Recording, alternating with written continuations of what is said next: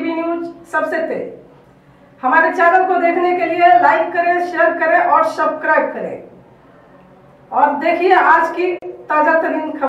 भिवंडी तालुका ग्राम पंचायत कालवार में जिला प्रमुख चषक डॉक्टर श्री देवानंद थले साहब के नाम पे भव्य कबड्डी का आयोजन। हम आपको बता दें कि आयोजक हुतात्मा शांताराम कालवार, श्री समर्थ विवेक स्मृति कालवार व समस्त ग्राम द्वारा आयोजित ये भव्य कबड्डी का जो आप उद्घाटन देख रहे हैं, भिवंडी के कोने कोने से नेतागण आए हुए हैं और ये भव्य कबड्डी आपको देखने को मिलेगा। तो चलिए हम आपको दिखा रहे हैं वहाँ का कुछ दृश्य और मंडल द्वारा आए हुए सभी मानरों का स्वागत सम्मान भी किया गया। तो वहीं पे नवनिर्वाचित आमदार श्री शांताराम मोरे साहब ने क्या कहा आप सुन सकते हैं और माननीय श्री विश्वास थले साहब ने भी क्या कहा उनको भी आप सुन सकते हैं। तो चलिए हम दिखाते हैं वहाँ का आपको कुछ दृश्य। लक्षात असू द्या, मैदान क्रमांक 1 वर या पुढे होणारा सामना पुरुष ब गट, 3 वर पुरुष य गट श्री हनुमान सेवा मंडळ कल्याण विरुद्ध जय हनुमान क्रीडा मंडळ राहतोली। विहिरे गावचे सरपंच तारा राम मुकादम आपलं सुद्धा मनापासून स्वागत। मैदान क्रमांक 4 वर पुरुष य गटाचा सामना आहे ओम रुद्र कबड्डी कल्याण विजय स्पोर्ट्स काल्हेर। संघातील खेळाडूंनी आपापल्या गणवेशात तयार राहायचं आहे। चालू असले सामने संपल्याबरोबर आपले सामने या ठिकाणी केले जाणार आहे।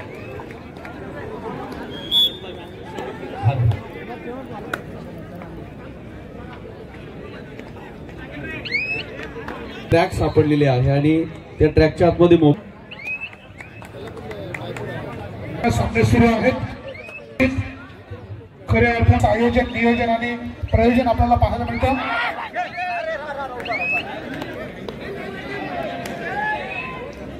प्रगीत आपण या ठिकाणी समर्थ कालवार, हुतात्मा शांताराम कालवार, स्वर्गीय वेद कालवार या क्रीडाविषयी पकडमध्ये सुपर टॅकल ऑन।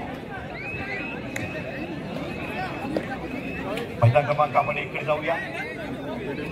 आपण लगेचच मान्यवरांचा स्वागत सत्काराला सुरुवात करतोय।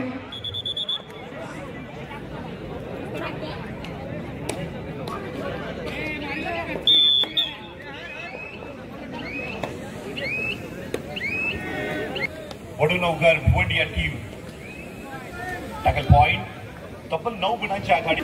Sai Krishna team raider super tackle on असताना रेड हाय टचचा प्रयत्न, सिंगल पॉइंट रेड मध्ये घेताना आघाडी।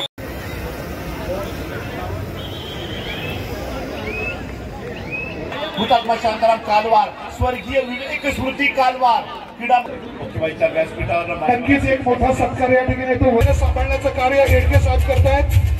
त्यांचा सन्मान या ठिकाणी आदेश दादांच्या महावस्त्र। हा कबड्डीचा खेळ या राजकीय पटलावरील एक मोठं नाव।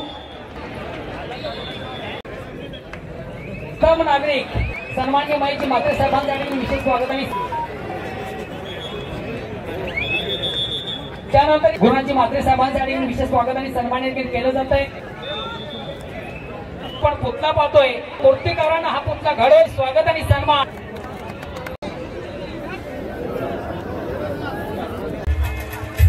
अक्षय बोलले नक्कीच आमदार साहेब खूप खूप धन्यवाद।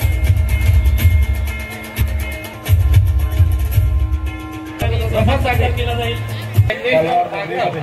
प्रमोद पारशी, महेश बडेकर यांच्या माध्यमातून या ठिकाणी जे कबड्डी जे चाचणी स्पर्धा आहे त्या स्पर्धेचं या ठिकाणी आयोजन केलेलं आहे। खूप छान पद्धतीने या ठिकाणी कबड्डीच्या जे चाचणी स्पर्धा आहे हे या ठिकाणी आयोजन केलं आणि त्यांना शुभेच्छा देण्यासाठी व्यासपीठावरील आमचे गुरुवर्य सन्माननीय पडलेकर दादा सन्मान्य विश्वनाथजी खळे साहेब, यज्ञेश्वर बागराव, सन्मान्य अरुणदादा,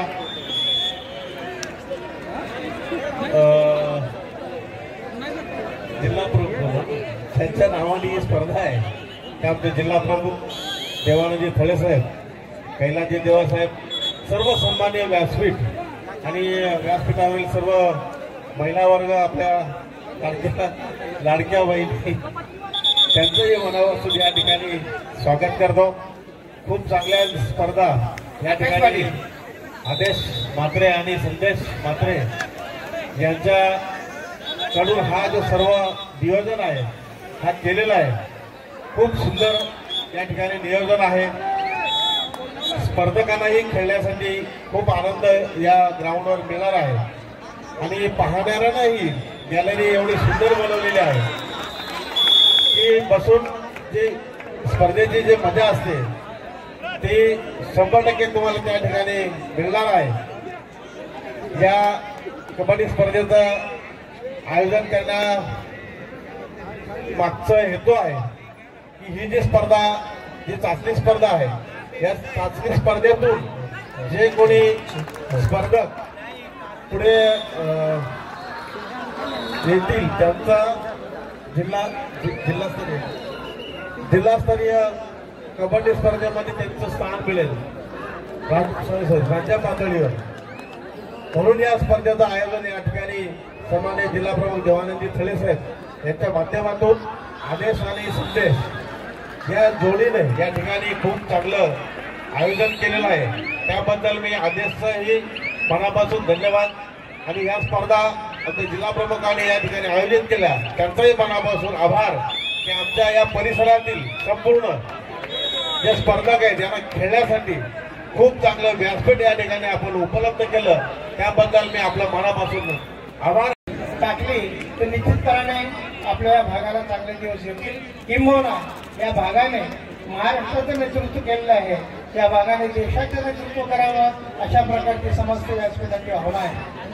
पुन्हा मी देवानंद यांना सांगेन की हा जो वर्ग आहे हा वर्ग कुठंतरी भरकटू नये, कारण आपल्याला आता परिस्थिती आपली अशी आहे की आपल्याकडे जो मोबाईल आहे, त्या मोबाईलने सगळ्या गोष्टी आपल्या तोडलेल्या आहेत.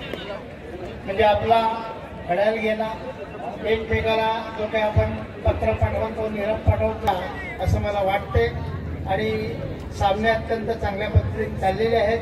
जास्त बोलत राहिलो तर मधल्यामध्ये त्यांना सुद्धा काही सूचना करायच्या असतात, त्याच्यामध्ये व्यत्यय येऊ नये म्हणून आजच्या दिवशी मी इथं थांबतो.